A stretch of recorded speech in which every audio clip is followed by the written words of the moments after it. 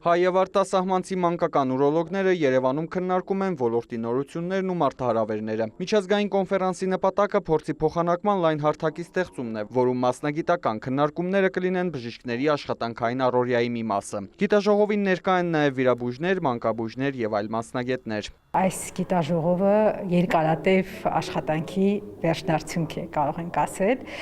եւ հրավիրյալ մասնագետները բոլորը աշխարհահռչակ էքսպերտներ են ոլորտի, ինչպես օրինակ Ցինցինատի մանկական հիվանդանոցի ուրոլոգիական ծառայության ղեկավար պրոֆեսոր Մինևիչը, Բելարուսից ունենք էքսպերտներ, ԱՊՀ երկրներից եւ իհարկե լոկալ էքսպերտներ են միացել թիմին։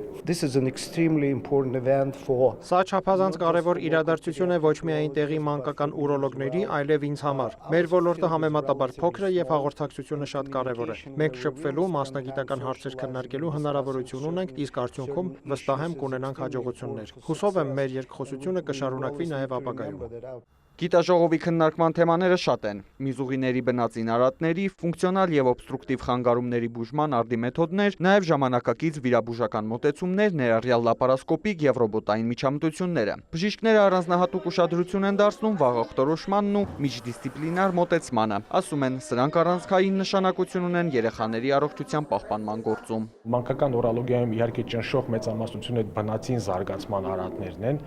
եւ շատ կարեւոր է